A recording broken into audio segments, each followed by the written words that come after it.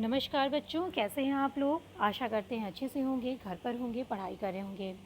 बच्चों, यदि हमारा आपको वीडियो अच्छा लग रहा हो और आपकी पढ़ाई में आपकी हेल्प कर रहा हो तो इस हमारे वीडियो को लाइक और सब्सक्राइब ज़रूर करिए और अपने दोस्तों को शेयर करिए ताकि वो भी इसका लाभ उठा सकें। ठीक है, तो हम लोग सच्ची वीरता पढ़ रहे थे और सच्ची वीरता में चैप्टर कंप्लीट कर चुके थे। सच्ची वीरता और प्रश्नोत्तर कर रहे थे। प्रश्नोत्तर में हम लोग अब भाषा की बात कर रहे हैं और भाषा की बात में 2 प्रश्न हल कर चुके हैं। आज ये तीसरा प्रश्न हल करेंगे जिसमें है प्रत्यय। ठीक है, प्रत्यय से संबंधित कुछ शब्द समझेंगे, कुछ चीज़ें समझेंगे जो आपके चैप्टर में हैं। ठीक है, ये तो तीसरा प्रश्न क्या है देखिए। सत्व शब्द में त्व प्रत्यय जोड़कर सतत्व बन जाता है। नीचे लिखे शब्दों में त्व जोड़कर नए शब्द बनाइए, जैसे महत, प्रभु, तत्, वीर। तो ठीक है, अभी हम इसमें प्रत्यय जोड़ेंगे और नए शब्द बनाएंगे। पहले आप समझ लीजिए त्व प्रत्यय के बारे में। ऐसे तो प्रत्यय बहुत सारे होते हैं, ता, तल, इमा इत्यादि बहुत सारे प्रत्यय हैं।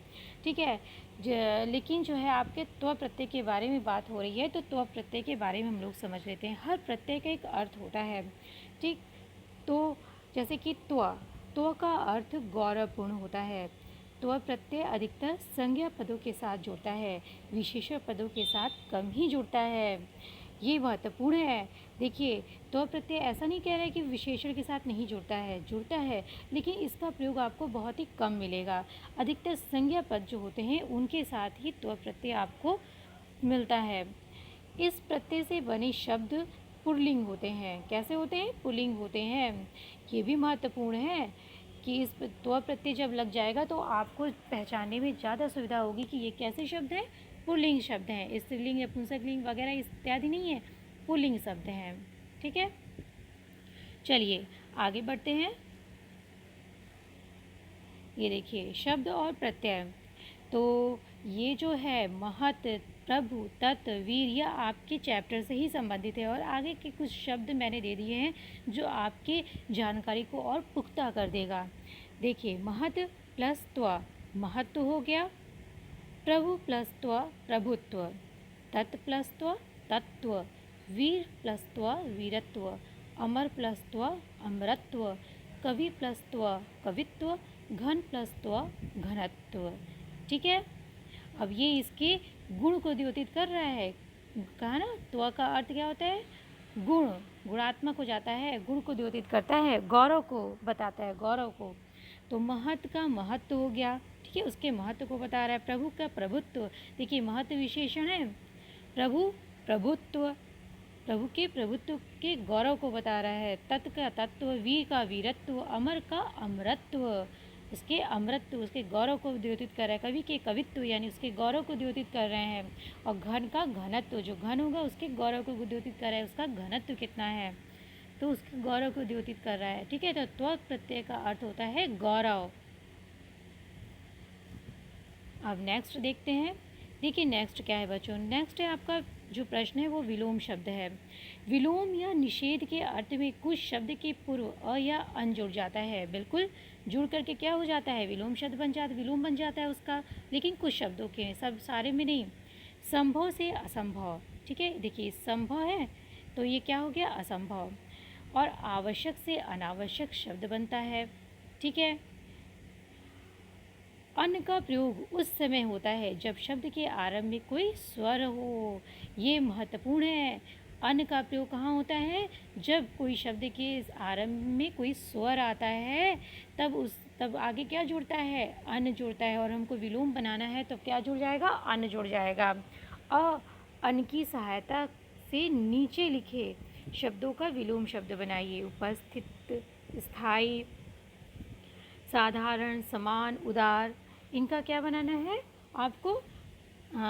विलोम बनाना है। विलोम का अर्थ होता है बच्चों उल्टा, उसका उल्टा बनाना है। ठीक है, विपरीत। अब चलिए हम आगे बढ़ते हैं। ये है आपके विलोम शब्द। ये कुछ है आपके चैप्टर से, कुछ अलग से हैं। ठीक है, तो देखिए उपस्थित, ऊ क्या है? स्वर है तो अन लगा दिया, अनुपस्थित। स्थायी, ये क्या है? ये आपका स्वर तो है नहीं, व्यंजन है, तो अ लगा दिया अस्थाई। साधारण, ये क्या है, व्यंजन है, तो हो गया असाधारण। समान, असमान। उदार, अनुदार। आगत, अनागत। आ है स्वर, तो अन लगा दिया, अनागत। आचार, अनाचार। आतुर, अनातुर। आदर, अनादर। आस्था, अनास्था। अब तो आपको समझ में आ गया होगा ना। और जहाँ भी स्वर आएगा और विपरीत बनाना हो, जब जिस भी शब्द के आरंभ में स्वर हो और उसका विपरीत बनाना हो, तो उसके आगे हम अन लगा देंगे, ठीक है। तो आपका विपरीत हो जाएगा। और यदि स्वर नहीं व्यंजन होगा और विलोम बनाना हो, तो हम अ लगाएंगे, ठीक। ये सभी विलोम शब्द में नहीं होता है। अभी विलोम शब्द का काफ़ी विस्तार है, जो आपके चैप्टर में है, उसी के अकॉर्डिंग आपको हम बता रहे हैं। अब देखिए आलपस।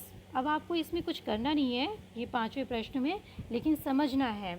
आलपस शब्द, आ ल, देखिए आलपस शब्द को तोड़ दिया है। आ ल प स अ। आपको पता है ना, जब भी शब्द में स्वर नहीं होते हैं तो वो क्या होते हैं, व्यंजन हो जाते हैं। और उसके नीचे हलंत लग जाता है। तो इस हलंत का तात्पर्य होता है कि उसमें व्यंजन, वो व्यंजन है, उसमें स्वर विद्यमान नहीं है। तो आलपस का जब विच्छेद किया तो आ प्लस ये स्वर है, ल प स, देखिए सब में हलंत है। हाँ, इसमें व्यंजन, ये व्यंजन है, इसमें स्वर नहीं है। फिर अ, स में अ है ना, तो स प्लस अ से बना है। इसमें ल प स क्रम से 3 व्यंजन आए हैं। इन्हें व्यंजन गुच्छ कहा जाता है। पाठ से इस प्रकार के व्यंजन गुच्छ वाले शब्द चुनकर लिखिए, ठीक है। इस तरह से आप अक्षरों को तोड़ना सीखिए, और तोड़ करके जितना ज़्यादा तोड़ेंगे वैसे आपकी हिंदी और भी मजबूत होगी। हाँ, और आपको शब्द समझ में आएंगे, ठीक है। तो थोड़ा सा हम शब्द देख लेते हैं। जैसे कि मान लीजिए कि हो गया, अब बहुत ही वैसे शब्द उठाते हैं हम। जैसे कि आपका हो गया परोपकार। क्या हो गया, परोपकार। अब इस शब्द को आपको तोड़ना है, ठीक है। बहुत बड़ा शब्द है, तो आप देखिएगा इसको कि प प्लस अ, तो ये क्या हो गया, प हलंत हो गया, प में से अ हट गया। फिर र प्लस र, फिर र में ओ की मात्रा, ओ हट गया, तो र हलंत हो गया। परो, फिर प्लस, फिर प आया, प, फिर प में से अ हटा, तो ये हो गया हलंत। अ प्लस क प्लस आ, का है ना, आ की मात्रा है, तो क में से आ हटा तो क हलंत हो गया, का। फिर र प्लस अ, और र क्या हो गया, हलंत हो गया, ठीक। तो इस तरह से आप तोड़ना सीखिए बच्चों, ठीक है। जब आप तोड़ लेंगे तो आपकी संधि भी मजबूत होगी। जब आप संधि सीखेंगे ना, तो संधि भी मजबूत होगी, और संस्कृत पढ़ने में भी मज़ा आएगी। जब आप संस्कृत पढ़ेंगे तो संस्कृत पढ़ने में भी आपको मज़ा आएगी, संस्कृत आसानी से समझ लेंगे। तो शब्दों को तोड़ करके उनको और व्यंजन और स्वर को अलग करना सीखिए, ठीक है। तो बच्चों, उम्मीद करते हैं कि आपको ये क्लास समझ में आई होगी और आप अच्छे से समझे होंगे प्रत्यय और विलोम और शब्दों में स्वर और व्यंजन को अलग करना। हाँ, और हलंत क्यों लगते हैं, हलंत इस लगते हैं जब जब किसी भी अक्षर से स्वर हटा दिया जाए, तो उस अक्षर में क्या हो जाएगा, अ हट जाने पर या स्वर हट जाने पर उस अक्षर में क्या हो जाएगा, हलंत लग जाता है, ठीक है। स्वर हट जाने पर उस अक्षर में हलंत लग जाता है और वो व्यंजन हो जाता है, ठीक। उसे हम अर्ध व्यंजन भी बोलते हैं। जिसमें हलंत लगा रहेगा ना, उसे हम अर्ध व्यंजन भी बोलते हैं। और व्यंजन तभी पूर्ण होता है जब उसमें स्वर विद्यमान हो, ठीक है। अच्छा, तो मेरे ख्याल से ये क्लास आपको पसंद आई होगी। अब हम मिलेंगे अगले चैप्टर में, ठीक। ये चैप्टर तो फिनिश हो गया, अब हम लोग मिलेंगे अगले चैप्टर में। और बच्चों, यदि आपको मेरी क्लास पसंद आई हो तो प्लीज़ मेरे चैनल को सब्सक्राइब करिए और लाइक करिए, ठीक। और हंसते रहिए, मुस्कुराते रहिए।